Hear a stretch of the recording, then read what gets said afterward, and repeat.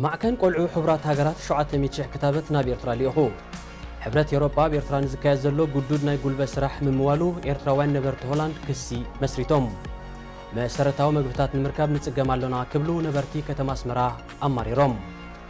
سلام زخبركم تخطاتلتنا أبسوم نزي كابز نبرو عبيتي هاجراوانن أهجراوانن في التساميتات بزي كازي كابين المنسترات إرترا بقدام شعات قنبوت أخيبا مكيادو تجليسو كرنا أفريقيا كاب لبدا كورونا فيروس نلعلي ورار أسلم بتا أسجيو كسلا أمونغو بين عمرن لوبان بزت تقايدة نايك أبيلا جيت بوحدو سلس سبات تقتيلهم 7 شعاتن قصيلهم زبلن كالن كل ونايو مكتالكم بقبل زعدم أمان يكرمايه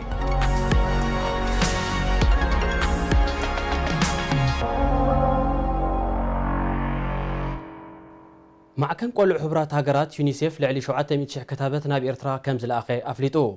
اتتكال بعصر سلسة قنبوت بتويتر أبزرقو حبريتا أقراوي براتات تسناخلو أبزلو الأوان نتي كتابت ناب إرترا كبتسحو كمز قالب متكاس تحتي سلسة عامت نزعد ميوم قلعو زوها بكتابت ناب 9 ميتاويت كمز عبيو حبيرو أبي إرترا نلعلي 10 عامتات أب قلعو زدهابي نايتعنا تمرتن محبرا ودحنتن مولان بروجيكتاتن كتكبر زنح يونيسيف أب تكمتي كل تشان 10 ون 4.3 مليون معكاني وي دوز اللوو هيوت زد حنت بايلو زقلت مدانيتات بفليت نفاريت نابس مرا كمز الأخي زذكريو اتي أستات 10 كيلو زمزن مدانيتات مبزحتو كتابت تسارن كتس مقانو أبتو وانتي تتغيسيو إيرترا بشفنة كتابت حنتي كاب عوتات هاجرات أفريقيا زد ما سال حجز كم يونيسيف ودبت عنا علمن كالوتن زامسلو مشارختن تعال منقستوين تكالات المقانيو زقلت يونيسيف كاب كلتشان 14 ندحر طراي أب كتابة قلع زد هابي حصوص مدهانيتات أب عامت كلتا جيزي نابي إرترا بنفرتي كلاخ تسانيحيو أب هولاند زمقماتهم إرتراوان تطابقتي 7 مسالات حبرات أوروبا أب إرترا نزكايزلو بقدود ناي قلبة سراح زقلتو مدبات مموالو كسي كمز مسرتلو عبيت معكنا زينا أوروبا قليسان اتي 37 قص زلو كسي بعصر سلسة قنبوت أبتا أبالة حبرات زقونة هولاند كتما أمستردام ناب زركب بيت فردي كمز تلاقي زملكتا تنمعكنا زينا اتكسي 10 سنة أم مزقب كاب سفر الأوان حبرات أوروبا ملت نخب ناي ورحن كل التغنن جيزي كوهابو مقانو أجنزيبن أب بريطانياون تمساسالي كسن مسرات تجميرو كمزلو أفليتن حبرات أوروبا نتمنقستي إرترا بأبالات هاجراوي أجلجلوت كسر حز وطنو مسمر ترجع إرترا إثيوبيا نموال فينانسا وحجز مبركاتو حيالو أبالات بارلما نايت حبرت بعسران سلسن تري تقامو كم زسمعو زذكريو أتم أبالات حبرت أوروبا منقس إرترا زهابو حجز مستيا مجمريا استقلتن بمستير زتلقسن ناستات 6 مليون يورو في اللي كم زلو يوم نقيفهم ودبات إرترا مس إثيوبيا زراخب مسمر ترجان منات حبرت أوروبا لمنقس إرترا توساقي ناي 9 مليون يورو حجز كمقانيو أبت أوانتي زقلت نيرو انتوانا حبرت أوروبا نمهناتي مس إثيوبيا زراخب ترجيا لمنقس إرترا زهابو متن جنزب بنصر أي تفلتن رابورتر برلمان أي تحبرت ميشيل ريفاسي أبت أوانتي أبزغربتو تسبسب أتحبرت نتمنقستي فينانسا وحجز مبركاتو أبي إرترا أبزكايد قدود ناي قلبت مزمزة بغتتا يساتف كم زلو زمل كتيو كتبل وغيسايا أبي إرترا بقلباب هاجراوا قلقلوت أما يتعشحت من إسيات أبنات ناي قلبت مزمزان ناي جيزي قدب زيبلو عسكرنان تتسأميدوم كم زلو زفلتيو أب إرترا مثل بدا كورونا فيروس تتحيزو دحر زواتي أواجه معصاو أب أبايتي هزبي مسرتاو نقرات نمركب يسقم كم زلو كقلاح تصنيحيو بفلاي حيالو مسرتاو مقبتات زغربات تكالات مستي أواجه تتحيزو نبرتن كحبان كالوتكا نابناي سدرا بيتات هالكي كوعلون مس مجمارن منقستي أبلالي 10 تكالات ناي معشاقن ناي جنزبن مقطعتن زركبو سقومتات كم زوسديو أفليتو يقول نبر أقول قرب مزي مهلاو ولاو نتن سراح جميران زركبات تكالات كم زيتن شكورن زا مسألة مسرتاو مقبتات كم زي بلن نعماويلن يحبر اللوا بسن كدما بحبو أبزشيات زلو عراقاتات نحن تجالون زيتي كساب 400 نقفا يشيت كم زلو نزح حبريتا زل أخوغنات كم أبنت أرديوم هزبي قربابتنا محقاز تبقساتات يوسد كوانتلو نخلو كبات صحقنا نبعلون عقم سلز حزرو ሓያሎ ስድራ ቤታት ኣብ ፀገም ምውዳቕን ዝረኸብናዮ ሓበሬታ የረጋግጽ ካብ ወፃኢ ሃገራት ብሓዋላ ገንዘብ ክለኣኸለን ዝኽኣላ ስድራ ቤታት እውን ሸርፊ ምስ ዘሎ ዕዳጋ ዘይመጣጠን ስለ ዝኾነ እኹል ክሽምታ ከም ዘይከኣላ እቲ ሓበሬታ ብተወሳኺ ይጠቅስ እቲ ሓበሬታ ብርእሲ እዚ ኣብዚ እዋን እዚ $100 ኣሜሪካ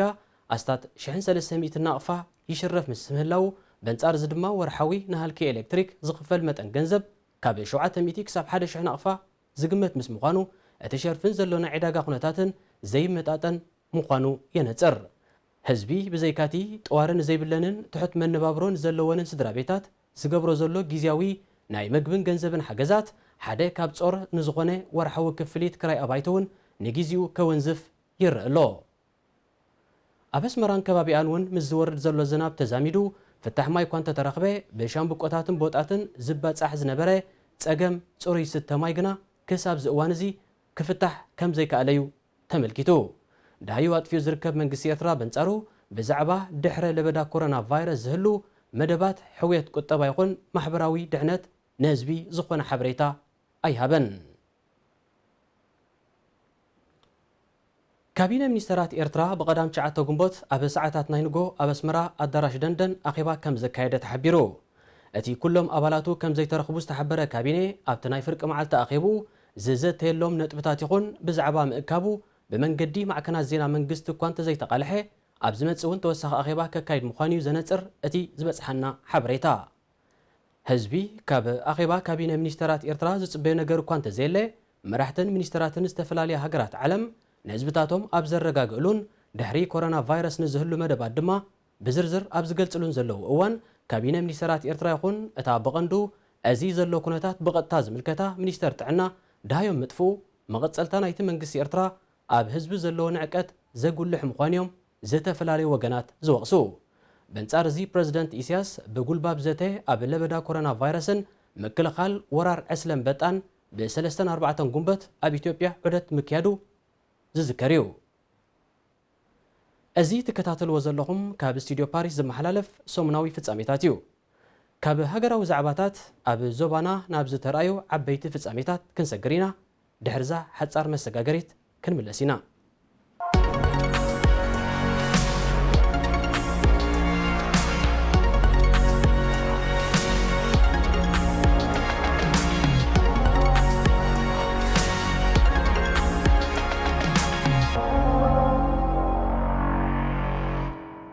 ኤርትራ ብትርከቦ ዞባ ቀርኒ ኣፍሪቃ ካብ መወዳእታ ወርሕ ናይ 2019 ናትሒዙ ፀኒሑ ዘጥቅዕ ዘሎ ወራር ዕስለ አንበጣ ኣብቲ ዞባ ከቢድ ናይ ምግቢ ወሓዲ ከይኸትል ስጋኣት ከም ዘሎ ውድብ ምግብን ሕርሻን ደጊሙ ኣጠንቂቑ እቲ ውድብ ኣብ ዘርግሖ እዋናዊ ፀብጻብ ብፍላይ ኣብ ኢትዮጵያን ሶማልን ወራር ዕስለ አንበጣ ገና ከቢድ ጉድኣት የውርድ ብምህላው ኣብዘን ሃገራት ሰብኣዊ ቅልውላው ክኸትል ምዃኑ ኣሚቱ ብኸቢድ ታህስያን ዘላ ኢትዮጵያ ፀረ አንበጣ መድሃኒት ዝነፅጋን ወራር ዕስለ አንበጣ ዝከታተላን ነፈርትን ሄሊኮፕተራትን ብሓገዝ እኳ እንተተበርከተላ ዛጊት ነቲ ወራር ክትቆጻጸሮ ኣይከኣለትን ኣብዚ እዋን እዚ ድማ ኣብ ሃገራት ምብራቕ ኣፍሪቃ ዝወርድ ዘሎ ሓያል ዝናብ ንምፍራይ አንበጣ ዘተባብዕ ምስ ምዃኑ እቲ ዞባ ብሓድሽ ወራር ዕስለ አንበጣ ክጥቃዕ ከም ዝኽእል እዩ መጠንቀቕታ ዝቐርብ ዘሎ ብሰንኪ ለበዳ ኮሮና ቫይረስ ህዝበን ኣብ ኣባይቲ ክዕጾ ኣውጀን ዝርከባ ሃገራት ምብራቕ ኣፍሪቃ ካብዚ ለበዳ ክወርድ ንዝኽእል ከቢድ ሓደጋ መኪተን እኳ እንተለዋ ብድሆ ወራር ዕስለ አንበጣ ግና ገና ከም ዘይተኣልየለን እዩ ዝግለጽ ዘሎ ኣብ ቀርኒ ኣፍሪቃ ጥራይ ልዕሊ 3.5 ሚልዮን ህዝቢ ናይ ምግቢ ወሓዲ ከጋጥሞ ከም ዝኽእል ውድብ ምግብን ሕርሻን ግምታቱ ኣስፊሩ ብመሰረት ፀብጻብ እቲ ውድብ ኢትዮጵያ ሶማልን ኬንያን ብሰንኪ ወራር ዕስለ አንበጣ ኣብ ከቢድ ሓደጋ ክርከባ እንከለዋ ኤርትራን ጅቡትን ድማ ናብ ከቢድ ሓደጋ ከይወድቓ ኣብ ኣሻቓሊ ደረጃ ኣለዋ ሱዳን ደቡብ ሱዳንን ዩጋንዳን እውን ሓደጋ ወራር ዕስለ አንበጣ ዘንጽላልወን ሃገራት ዝዞባ ምዃነን እቲ ውድብ ኣብ ፀብጻቡ ኣስፊሩ ካብ ምብራቕ ኣፍሪቃ ወፃኢ ወራር ዕስለ አንበጣ ኣብ የመን ዑማን ፓኪስታንን ኢራንን ከቢድ ሓደጋ ፈጢሩ ምህላው እዩ ተመልኪቱ ኣብ ምብራቕ ሱዳን ዞባ ከሰላ ኣብ መንጎ ካብ ቤጃ ዝኾኑ ቤን ዓምርን ኑባን ኣብ ዝተኻየደ ናይ ቀቢላ ግጭት ብውሕዱ 3 ሰባት ክቕተሉ እንከለዉ 79 ድማ ቆሲሎም እቲ ካብ 5-7 ግንቦታት ሒዙ ዝተጓሃረ ግጭት ክሳብ ቀዳም 9 ግንቦት ከም ዝቐጸለ እዩ ተሓቢሩ በቲ ግጭት ሓያሎ ኣባይቲ ከም ዝተቓጸለን 3 ካብ ወገን ቀቢላ ቤን ዓምር ከም ዝሞቱን መግለጺ ኣመሓዳሪ ዞባ ከሰላ ሜጀር ጀነራል ባበከር ሓመድ ኣረጋጊጹ እንተኾነ ብዝሒ ግዳያት ካብዚ ብኣመሓዳሪ ዞባ ዝተዋህበ መግለፂ ክዛይድ ከም ዝኽእል ነናይ ዓይኒ መሰኻክር ብምጥቃስ ምንጭታት ዜና ካብቲ ከባቢ ኣመልኪተን ጠንቀቲ ቀቢላዊ ግጭት ዛጊት ብንጹር እኳ እንተዘይተገልጸ ኣብ መንጎ ክልተ ውልቀ ሰባት ብዝተላዕለ ባእሲ ከም ዝተጓሃረዩ ተመልኪቱ ካብ ዓልየት ቤጃ ዝኾኑ ቤን ዓምር ኣብ ዶባት ሱዳንን ኤርትራን ዝነብሩ ቀቢላ ክኾኑ ከለዉ ኑባ ድማ ካብ ጎቦታት ዶብ ኮርዶፋን ዝፈለሱ ምዃኖም እዩ ዝንገር ኣብ ዞባ ምብራቕ ሱዳን ኣብ መንጎ ቤጃን ረሻይዳን ከምኡ ድማ ቤን ዓምርን ሃደንደዋን ዓልየትን ቀቢላን ዝመሰረቱ ግጭታት በተደጋጋሚ እዋን ክካየድ መጽንሑ ዝፍለጥ እዩ ኣብ ሊብያ 1200 ሩስያውያን ዕሱባት ምስ ሓይልታት ጀነራል ከሊፋ ሓፍታር ተጸንቢሮም ኣብ ውግእት ሃገር ይሳተፉ ምህላዎም ጸብጻብ ሕቡራት ሃገራት ኣቃሊዑ እቶም ዋግነር ግሩፕ ካብ ዝተባህለ ናይ ብሕቲ ናይ ጸጥታ ትካል ከም ዝተላእኩ ዝተሓበሩ ሩስያውያን ኣብ ፍሉይ ወተሃደራዊ ዕማም ዝተዋፈሩ ምዃኖም እቲ 57 ገጻት ዘለዎ ዝሓለፈ ሰሙን ሊሕኹ ዝወፀ ጸብጻብ ኣገንዚቡ ዕሱባት ሩስያ ኣብ ውግእ ሶርያ እውን ይሳተፉ ምንባሮም እዩ ተገሊጹ እንተኾነ መንግስቲ ሩስያ ኣብ ካልኦት ሃገራት ተዓሲቦም ዝተዋፈሩ ዜጋታቱ ከም ዘየለው ይምጉት ኣብ ሊብያ ዝካየድ ዘሎ ኩናት ሕቡራት ኢማራት ዓረብ ዝመራሒተን ግብፂ ሱዳንን ኤርትራን ንጀነራል ሓፍታር ከም ዝድግፋ እዩ ዝግለጽ ብፍላይ ሕቡራት ኢማራት ዓረብ ሱዳናውያን ዕሱባት ናብ ሊብያ ከተዋፍር ምጽናሕያ ትውቀስ በንጻር እዚ ቱርኪ ነቲ ብሕቡራት ሃገራት ኣፍልጦ ዘለዎ መንግስቲ ሊብያ ንምድጋፍ ብወግዒ ሰራዊት ምልኣኻ ይዝከር ኣብ ሊብያ ሃገራት ዓረብን ካልኦት ረብሓ ዘለዎን ሃገራትን ናይ ውክልና ኩናት የካይዳ ምስ ምህላውን መስርሕ ሰላምቲ ሃገር ብቐሊሉ ክትግበር ከም ዘይክእል ተንተንቲ የረድኡ ኢትዮጵያ ተሃንጾ ዘላ ዲጋ ተሃድሶ ካብ ናይል ማይ ክመልእ ዝጅምረሉ እዋንን ኣገባብን ብዝምልከት ዘቕረበቶ እማመ መንግስቲ ሱዳን ነጺግዎ ሚኒስትሪ ሃብቲ ማይን ሕርሻን ሱዳን ንቀዳማይ ሚኒስተር ዓብደላ ሓምዶክ ብምጥቃስ ኣብ ዘውፅኦ መግለጺ ኢትዮጵያ ኣብ እተሃንጾ ዘላ ዲጋ ካብ ወሓዚ ናይል ማይ ክትመልኦ ቅድሚ ምጅማራ ነቲ ጉዳይ ብቐጥታ ምስ ዝምልከተን ሱዳንን ግብፅን ኣብ ምርድዳእ ክትበጽሕ ከም ዘለዋ እዩ ኣፍሊጡ